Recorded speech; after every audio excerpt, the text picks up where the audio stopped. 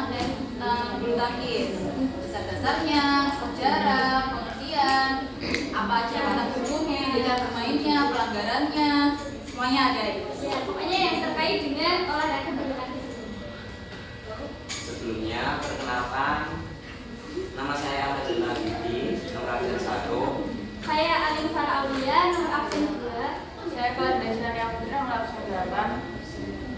Saya Lalita Akira, nomor absen 33.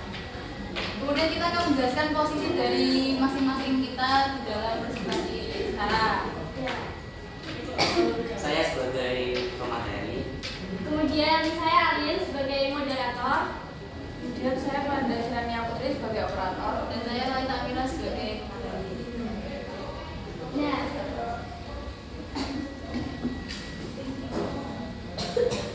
Nah, pada episode kali ini dalam bulu tangkis kita akan membahas terkait dengan pengertian, sejarah, manfaat, dan kemudian juga ada teknik dasar dan komponen yang dibutuhkan dalam bulu tangkis ini.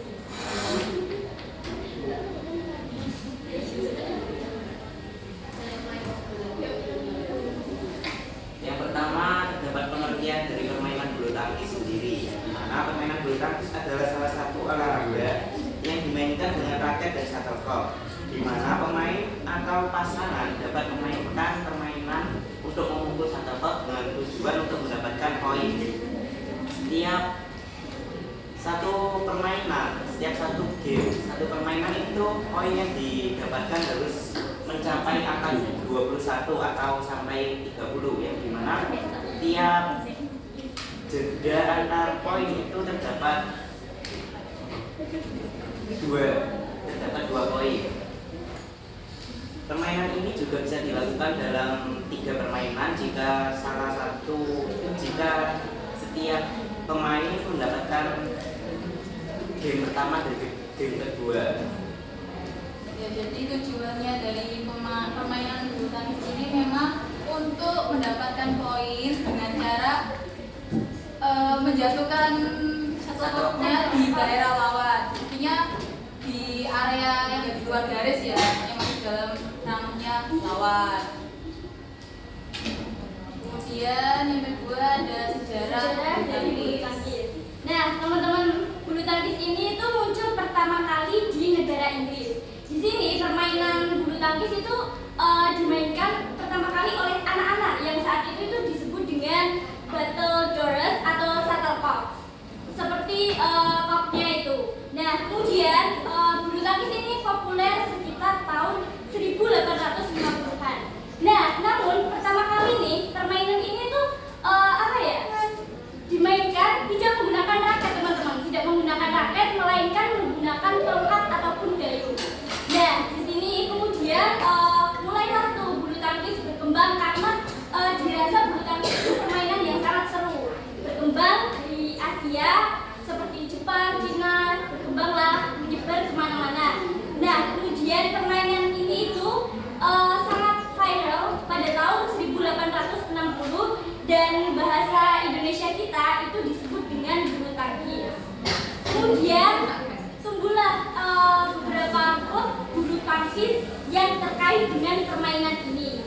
Kemudian di sini ya, badminton itu menjadi sebuah permainan yang sangat digemari oleh seluruh dunia dan memiliki sebuah komunitas yang bernama IBF. IBF itu apa? Badminton World Federation, yaitu tahun 2006. Oh ya, Iteration. Oh, international. sorry. Nah, kemudian dari sejarah bulu tangkis ini itu di Indonesia berawal dari sebuah pengaruh kekuasaan Inggris pada masa itu, karena bulu tangkis sendiri asalnya emang dari Inggris, dan kemudian di Indonesia itu membentuk sebuah komunitas juga, persatuan olahraga Indonesia kepada Polri untuk menyebarkan persatuan bulu tangkis seluruh Indonesia PBSI pada tanggal 5 Mei 1951. Dan kemudian bulu tangkis ini juga terkenal di Indonesia dan sering. izin menambahkan, tadi kan Alim bilang kalau misalnya olahraga bulu tangkis ini adalah olahraga yang digemari oleh seluruh dunia. Ya. ini ya, seperti kita ketahui bahwasanya sekarang kan banyak banget ajang olahraga yang memasukkan permainan bola bulu tangkis ke dalamnya. Itu membuktikan bahwasanya minat masyarakat terhadap permainan bulu tangkis itu masih kuat gitu teman-teman. Ya, ada tambahan? Oke, next tadi. Kemudian ya ada komponen atau elemen-elemen yang kita perlukan ketika kita akan bermain bulu tangkis. Yang pertama adalah shuttlecock. Shuttlecock ini semacam bolanya dalam permainan bulu tangkis ya. Dia terbuat dari bulu ayam, bangsa. Dia ini tipenya tuh MX, makanya kan dia bisa melakukan seperti itu teman-teman. Ya jadi jangan tanya kenapa bolanya nggak pakai kayu ya karena berat. Terus dan match jelas ini itu sebagai pembatas antara daerah lawan sama kawan. Nah ini nanti yang tingginya tuh coba baca nggak? Nah berarti nanti ada pagi ya nanti jelas. Kita kok 1,524 meter.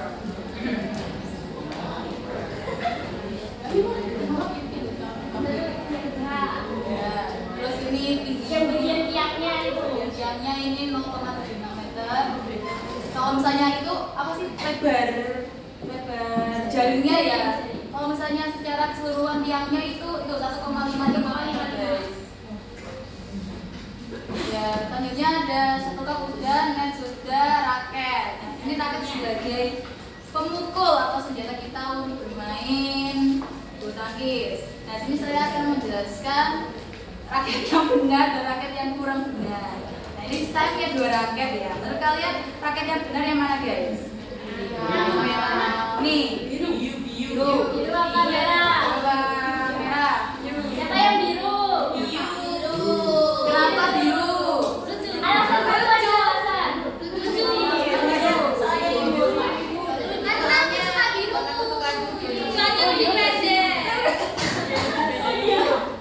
Ya, jadi yang benar itu raketnya yang sebelah kanan guys. Kenapa? Karena di sini tuh jaringnya si biru tuh kayak tenggar gitu loh. Yang mana kanan? Jaringnya apa? Selain itu. Yang benar maksudnya lubangnya besar. Kan Jadi benar kencang maksudnya. Oh, ini ya, jadi yang benar ini yang salah ini sih. Oh kanan dari kamu. Iya, benar banget kanan dari saya. Modelnya biru. Iya. Jadi panjangnya nggak ngaruh. Ngaruh. Nggak ngaruh. Kemudian ada Mereknya apa itu mereknya? tidak benar galaksi jualan ya. Itu jangan dijual guys. Ya kan biasanya kalau beli ori digital itu. Kalau yang biru ini Montana. Montana. Yang mana yang enak? Udah ada kan yang udah ngebahas. Selain sejarahnya apa lagi yang beda? Apalagi Z? Yang rakyat yang benar. Biasanya itu gagangnya dia itu kalau yang nggak dari pakai itu biasanya dari besinya itu nggak kuat. Jadi bisa bahaya kan ya. Dia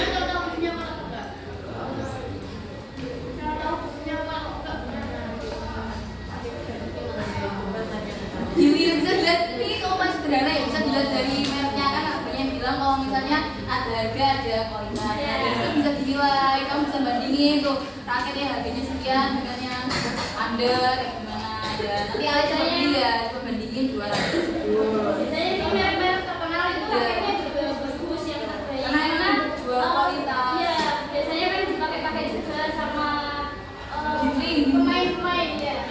Yang bisa dia. Ya. Terus ada ini tuh teknologi yang dijelaskan oleh Z. jadi teknologi Wakai ini merupakan teknologi yang digunakan dalam permainan bulu tangkis yang dimana jika pemain meragukan itu bola yang dipukul oleh pemain tersebut itu dilakukan oleh pemain tersebut apakah itu masuk atau keluar, itu pemain tersebut dapat melakukan challenge yang dimana challenge tersebut menggunakan teknologi Wakai.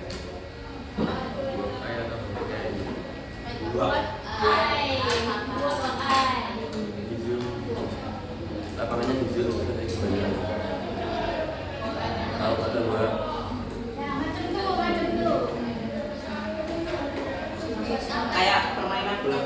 Iya, tulisannya Kan dia ada. ya kata gua. Oh iya, Mbak.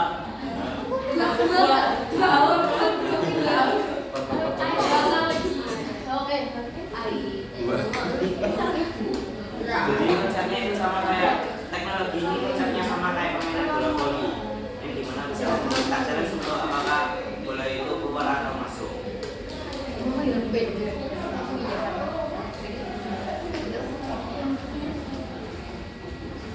Lalu selanjutnya ada yang tugas. Pertama ada player atau pemain. Kedua ada umpire atau juri. Yang ketiga ada service judge. Yang service judge itu biasanya untuk mengetahui pemain tersebut itu melakukan kesalahan atau tidak saat melakukan servis, yang dimana terdapat ketinggian tertentu yang diberlakukan untuk melakukan servis. Biasanya itu setinggi pusat pemain.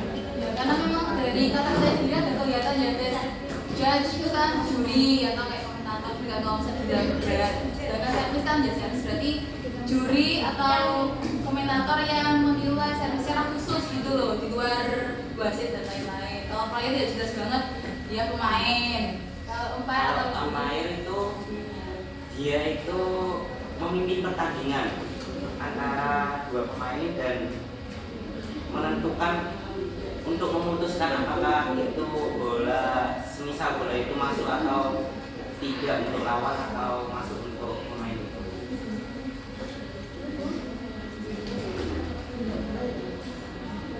kemudian ini ada tambahan lagi legend. Selain apa guys? Kalau judge adalah bukan judge. Berarti legend adalah garis penilaian. Oh, orang yang menilai garis itu kayak topsnya keluar dari garis, dia tuh.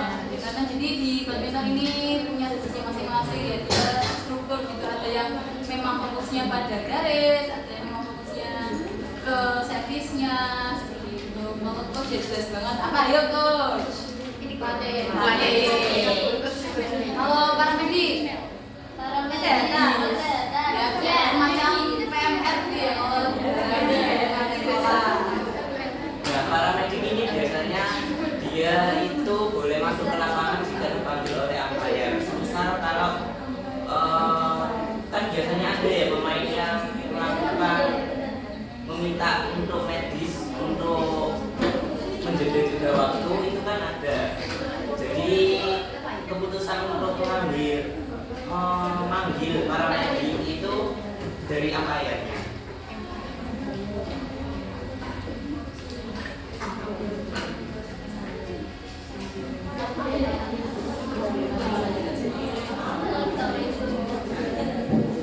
Nah, kemudian di sini ada jenis pertandingan. Ada tunggal sama ganda. Nah, di sini tunggal pastinya mereka melawan antara satu orang dengan satu orang. Kemudian ada yang ganda. Nah, ganda ini ada dua orang ya teman-teman, antara tim kawan dan tim kawan. Nah, di sini terkadang posisi dari tim ganda itu sendiri, bulu tangkisnya itu biasanya ada yang di depan, ada yang di belakang. Karena nggak mungkin ya Semuanya di depan. ya semua seirama di depan, karena kemungkinan besar shuttlecock itu bisa jatuh sangat menjauh ya dari belakang ataupun sangat dekat dari net. Jadi posisinya harus depan sama belakang. Dan permainan bulu tangkis tersebut jika dilakukan dengan ganda mestinya harus adanya kerjasama tim, kemudian kayak tidak mau egois lah satu sama lain, karena iya, karena itu bisa-bisa tim lawan malah bisa mengambil atau mencuri skor ketika kita egois gitu. Jadi kita harus sama-sama bekerja sama dengan sehat. Juga ada dapat tambahan untuk permainan ganda, yang dimana posisi permainan ganda itu dapat sejajar atau sama kanan kiri. Misal saya kemarin sini, terus itu bisa karena itu saat melakukan defense atau pertahanan. Ketika lawan melakukan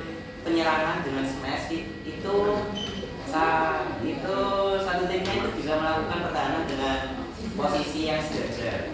Jadi posisinya itu tergantung sikon juga ya, Iya, dan sikon. strategi seperti apa.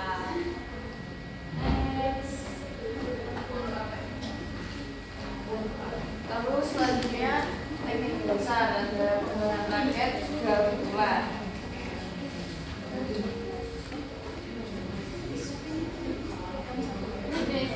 Pertama ada jenis penggunaan raket.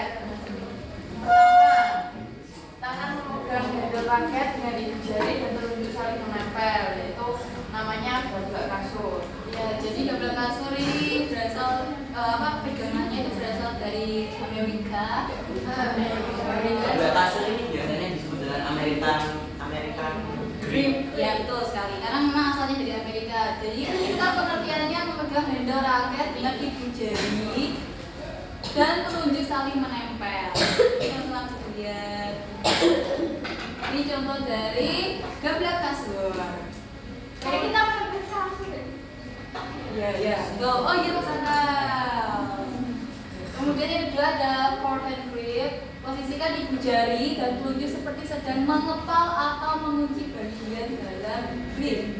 Jadi gambarnya ada di slide 2. Nah ini, nah seperti ini contoh yang forehand grip, sama sampingnya ada backhand grip kan.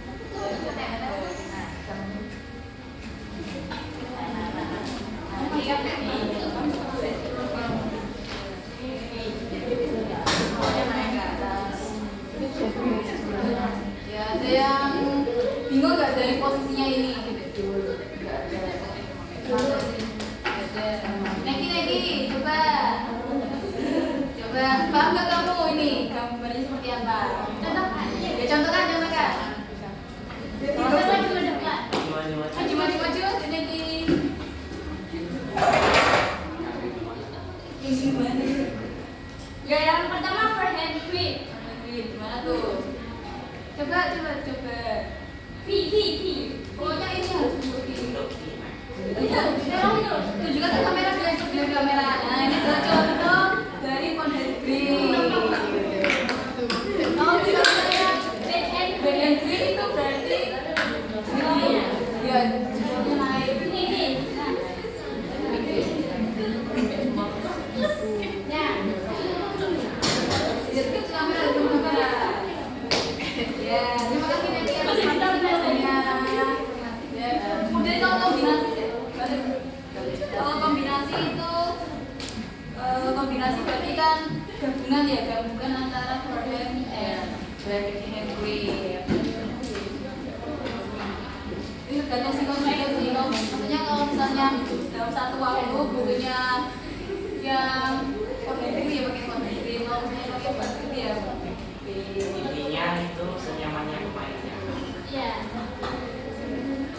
jadi sesuaikan kalau kamu mau les apa? Mungkin mas, enggak mas. Apa sih pokoknya mau menghitungkan bolanya disesuaikan tangannya seperti apa. Itu kalau saya senyamannya kamu pas mau mukulnya.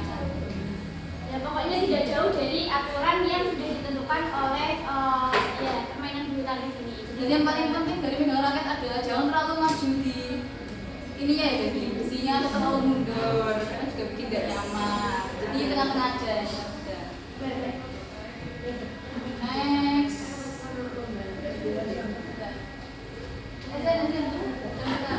Nah, untuk gerakan ini akan dicontohkan oleh Z.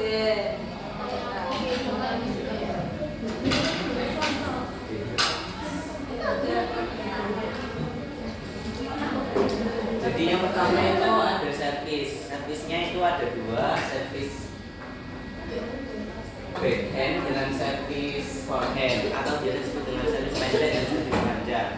Kalau yang servis backhand itu digunakan spring, tingginya itu setinggi pusat. Jadi misal ini bola kopnya. Kelar, maju. Gini. Kelar ini nggak kelihatan. Terus yang untuk servis forehandnya atau servis panjang itu seperti ini. Panjang sekali.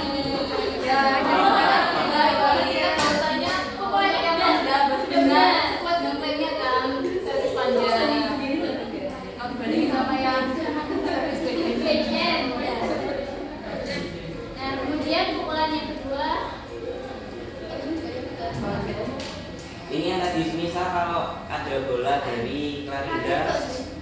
menuju Zen. bola. Farida masuk lah.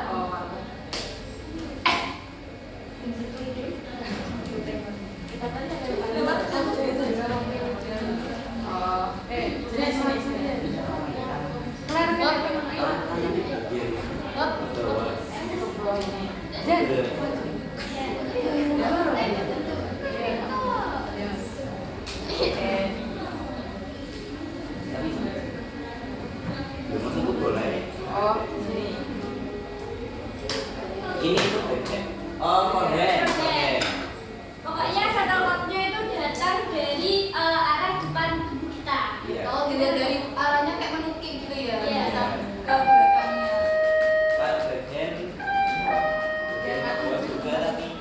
Bagian bawah juga tapi tangannya itu misal tangan kanan dia bolanya itu dari ke kiri. Ya, koknya itu menuju ke kiri.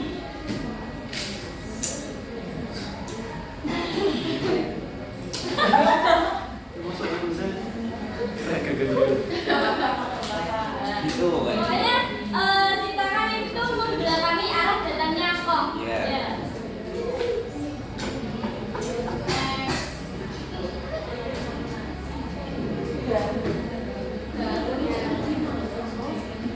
Akhirnya dari tuan selanjutnya ke smash. Jadi jualan smash sendiri, ya kalian pasti gak asing lah ya dengan kata-kata smash. Smash mematikan, menyerang, tajam, bertajam dengan bola itu menukik ke musuhnya. Coba di smash Mas Zen. Smash itu biasanya tergantung pemainnya ya, dia senyamannya. Dia mau lompat atau enggak lompat itu biasanya senyamannya pemainnya. Dia kipi loncat.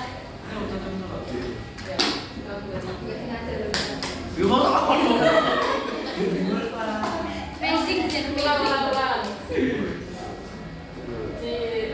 Zen masuk. Kayak gitu. Ya. Jadi identik dengan kecepatan, kecepatan tajam. Pelan tajam, menukik. Untuk mematikan lawan. Ini bisa pakai lompat, bisa nggak pakai lompat. Jadi memang tergantung pemainnya ya teman-teman. Pokoknya Kalau pukulannya lompatnya itu harus kuat, karena teman. klaimnya itu memang Yang penting itu yang penting mematikan. bukan tenaganya. Untuk lompat nggak lompat itu opsional. Betul. Terus untuk yang drop shot ini pukulannya sama dengan smash tapi dia itu Versi lemahnya. tidak dipukul dengan tenaga.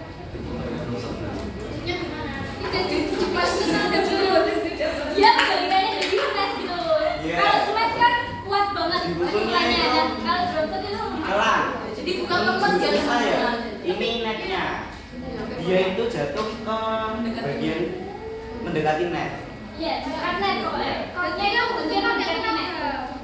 Gimana? Iya emang pakai tenaga tapi kan nggak pakai Ya nggak full power gitu loh. Kalau misalnya jatuhnya lemes ya Naila. Ya nanti soalnya dia pokoknya nggak berarti jatuhnya nggak tenaga gitu. Salah ngomong. Iya salah. Mengurangi tenaga.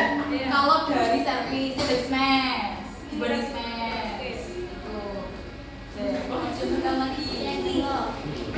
Ayo nggak bisa. Jadi kita nggak bisa benar-benar pukul yang benar ya. Misalnya di dalam ruangan dan banyak kaca. Bolanya sambil bahaya di sana.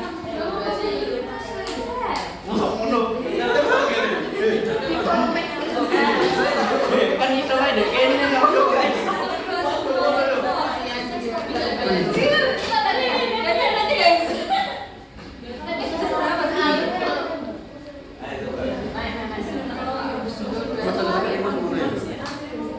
Nah, kayak gitu. Harusnya kesini, harusnya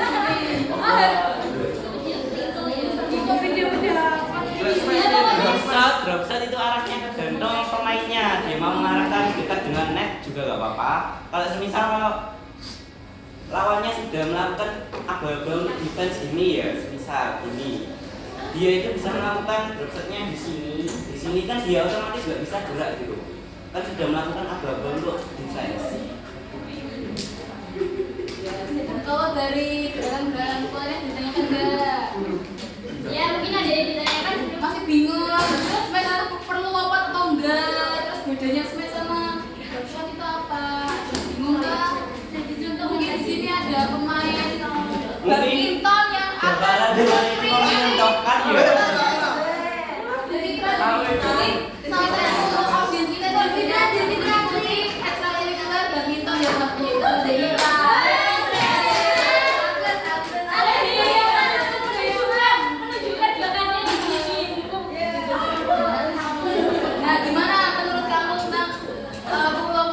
yang ditulis sama dia udah bener belum? Tadi dia baru segitu. Gimana ini? Yang mana? Mana yang mana? Tadi kan pas yang tadi itu. Shot. Shot. Jadi maksudnya namanya yang kanan kan menggunakan gini. Terus caranya yang ini kan sambil dari kayak gini. Tadi kan dia tergantung namanya bisa gini bisa gini. Tapi kan yang ditonton itu gini. Iya.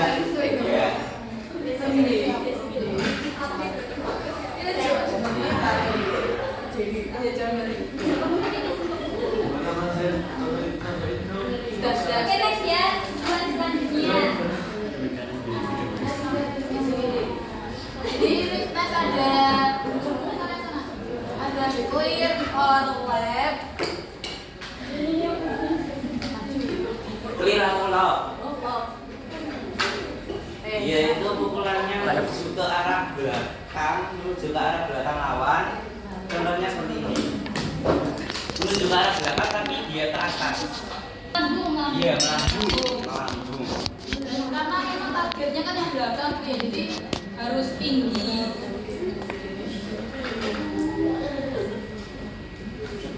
Udah, ada yang Ini tambahan ya teman-teman. Pukulan ini tuh benar-benar harus penting dikuasai dalam permainan bulu tangkis. Karena di sini tuh bertujuan untuk menerbangkan shuttlecocknya ke arah si lawan. Jadi sangat penting.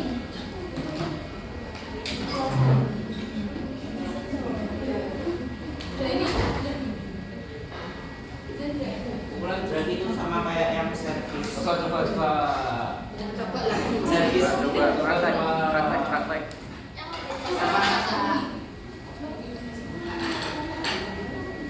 sama kayak servis gini tapi dia itu gini. Itu yang bagian berat. Atau bisa bolanya itu mengarah ke bagian tubuh pas gitu kayak ini. Iya itu. Nah ini pukulan netting. Sebenarnya bolanya ini agak susah ya kalau dibuat pukulan netting. Jadi ya sebisanya. Ini kan ini bolanya ke arah sini. Dia itu melakukan adu netting di antara pemain ini sama sini. Ya, ini kan Terus jaraknya pemain itu juga dekat dengan net, tapi nggak terlalu dekat. Iya, memang gitu lagi. Terus selanjutnya lapangan. Jadi lapangan bulu tangkis itu bentuknya apa teman-teman? Kotak. Itu panjang. Sama kayak Adi yang tadi sampaikan oleh sebelumnya ya, itu bola voli bentuknya masih panjang. Untuk panjangnya sendiri itu yang ini Antara sisi sini sampai sana itu sepanjang 13,4 meter. Terus yang dari sisi yang berbentuk vertikal itu sepanjang 6,10 meter.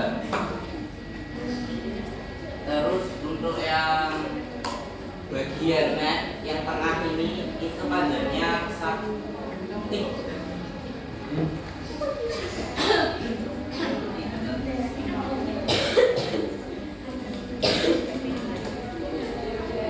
ini bentuknya Sama itu panjangnya 3 meter. pokoknya ini dibagi menjadi 3 meter sekian. ya ada pembagian garis-garisnya gitu loh. Nah ini 76 cm untuk yang garis paling luar. Terus nih ini 76 cm ya. Terus ini itu sama kayak ini 76 cm. Nah jadinya 13 per 40 meter ini untuk ukuran ini. Gitu ini teman-teman. Terus untuk apa lebarnya sendiri tuh lebarnya 5 5 ke 12 meter ya. Nah, sementara yang 1340 itu panjang bidang permainannya. Nah, untuk untuk formasi kan kalau misalnya ganda bisa sini, bisa sini, bisa sini. Jadi emang tergantung strateginya. Untuk permainan ganda itu menggunakan seluruh lapangan. Kalau pemain tunggal itu yang digunakan itu bagian tengah. Ya, kecuali yang ini tuh bagian masuknya pemain tunggal sama yang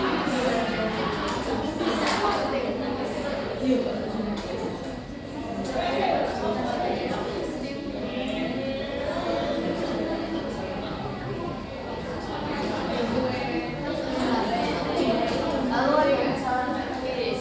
Pertama, kalau saat memukul bola, kepala atau bawah raket lebih tinggi atau sudah dengan grip raket.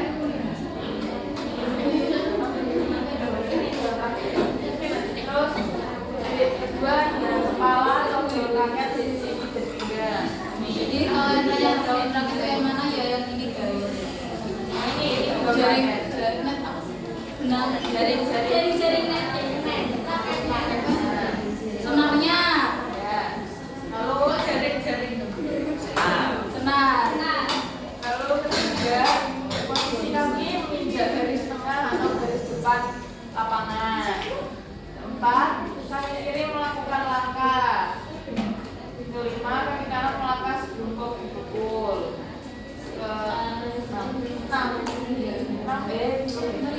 Menerima servis bergerak sebelum kok servis dipukul. Nah, kesalahan ini kan kayak kesalahan ya kayak apa sih? Kayak pantangan-pantangannya kita nggak boleh ngelakuin hal itu lah. Dampaknya apa? Maksudnya ya ngaruh ke pulangnya juga ya. Oh iya ada. Angka itu akan silakan. Kalau tidak dijalankan, Ya, ini kan saya kesalahan servisnya. Tadi aku di awal kan udah menjelaskan orang yang apa sih kayak mengawasi servis-servis. Nah, siapa itu teman-teman? Servisnya. Nah, jadi ini diawasi sama si servisnya itu. Bener gak kakinya itu melangkah dulu? Nah, itu misalnya salah kan bisa diomongkan, bisa di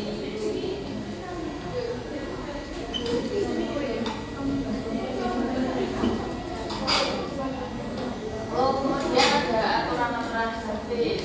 Pertama, pada saat dipukul tinggi kepala atau bawah raket harus berada di bawah pergelangan raket.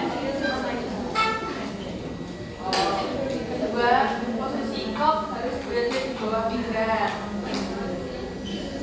Terus ketiga, kaki kiri harus statis. Keempat, kaki hanya bergeser tetapi tidak lepas dari tangan. Kelima, penerima servis bergerak saat setelah servis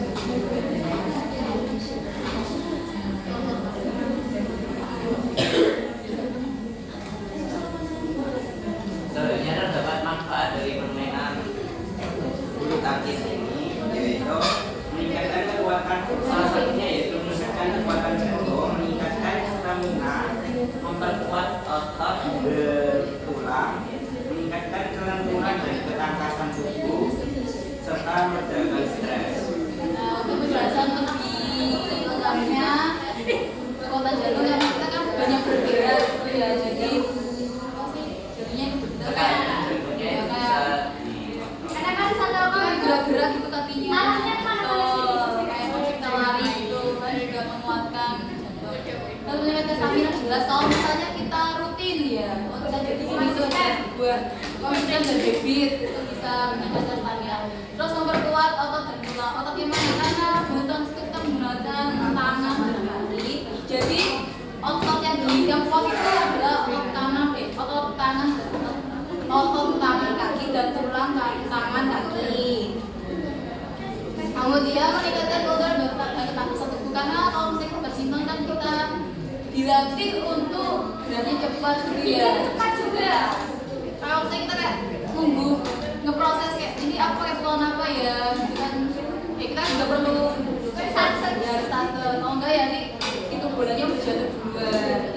Kemudian untuk meredakan stres kalau di biologi kita kan kenal namanya hormon dopamin ya. Hormon dopamin itu muncul kalau misalnya kita senang gitu. Nah, kalau misalnya kalian senang ngelakuin badminton ya bisa meredakan stres. Kalau banyak hormon dopamin itu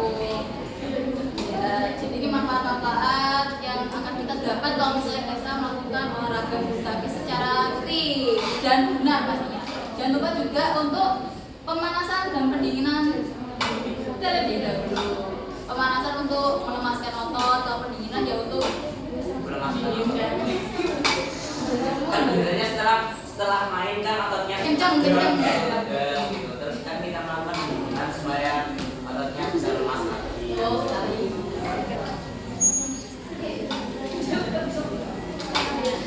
Nah, jadi teman-teman, kesimpulan dari presentasi kali ini terkait dengan bulu tangkis.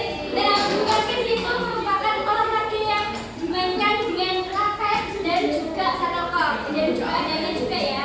Dan sebanyak pemain itu bisa berpasangan ataupun tunggal.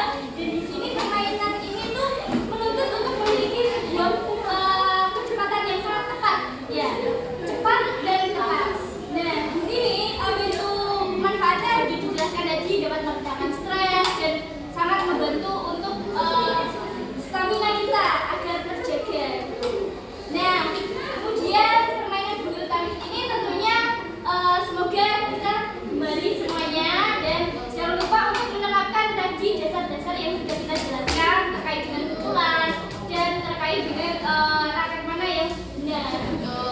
Dan sama itu ya cara memukul yang benar kan dijelasin oleh Zen. Jadi buat kalian yang mungkin mau ikut lomba bulu tangkis, turnamen, ya mungkin bisa jadikan sebagai pendukung. Ya, siapa tahu kalian jadi pemain-pemain yang Ya, hebat. kayak di Mitra, kan memang sudah ada bibit bebek bobotnya badminton. Jadi mungkin bisa didalami lagi untuk ke jenjang yang lebih serius. Oke, selanjutnya kita Kita menerima 2 pertanyaan.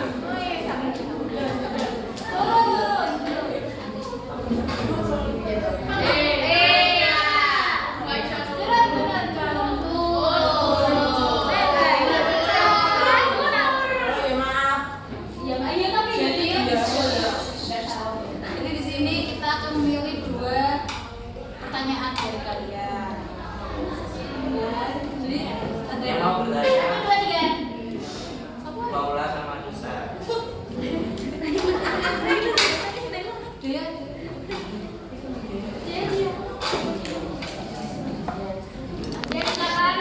first question dari Anissa.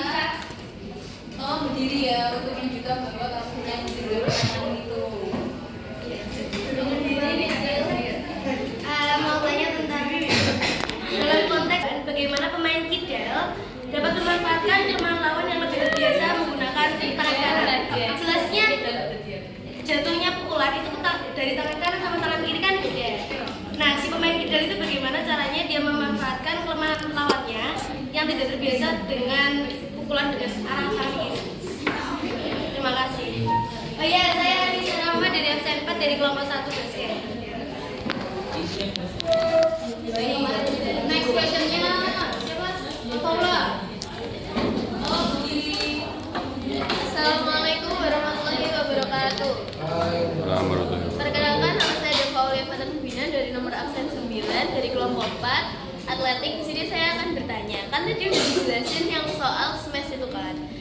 Kata Yazen kan tadi kan tergantung kenyamanannya, mau dia lompat apa kayak gimana gayanya kan terserah. Nah, kalau misalkan ya dari yang smash ini terus pemainnya itu dia tuh lemparan smashnya terlalu keras, terus kan bakal melukai yang lawannya itu, nanti itu lawannya tuh dapat apa khusus atau ada pelanggarannya tersendiri atau ada itunya khusus apa sih?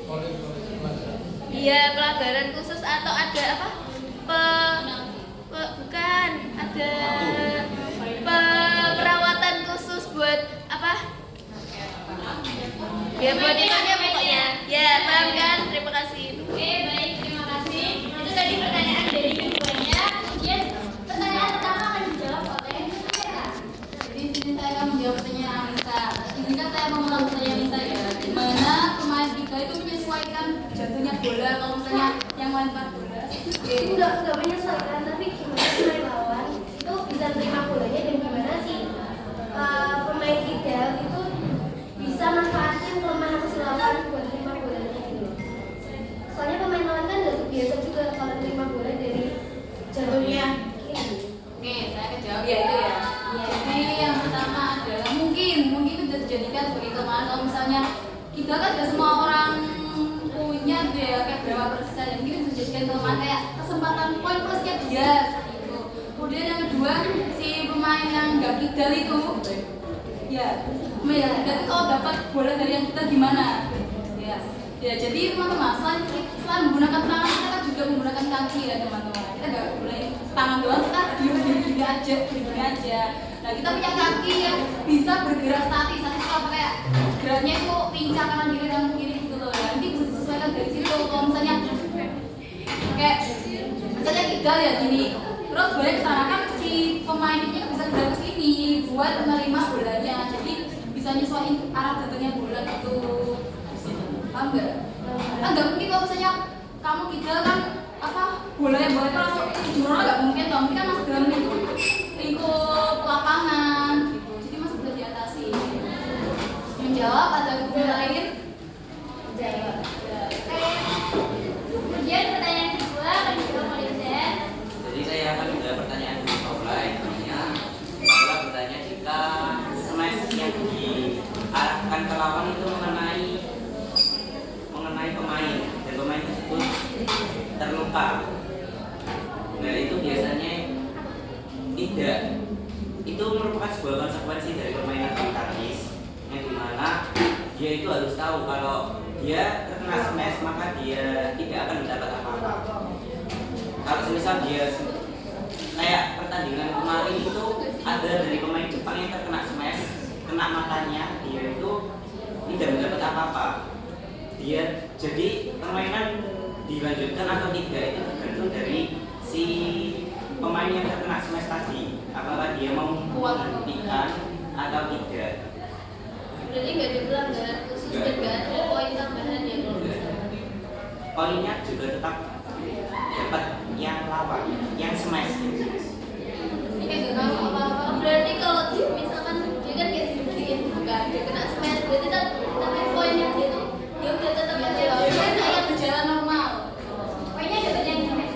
Kayak kalau misalnya ada lomba lari maraton atau apa, dia jalan di tengah lapangan, ya siapa yang nolongin dia? Soalnya memang kalau kamu nggak mandek ya udah terserah kamu. Jadi kamu kan harus menerima kalau kamu kalah kan.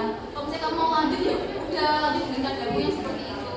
Tapi dia juga bisa memanggil match itu dong, baginya. Parameter kan itu hal-hal yang tak bisa benar apa itu dapat dilanjutkan atau tidaknya kan jadi kuatannya. Jadi ya ada. Terima kasih. Nah, baik teman-teman, itu tadi merupakan presentasi dari kelompok 3 terkait dengan permainan bulu tangkis. Semoga bermanfaat bagi kalian.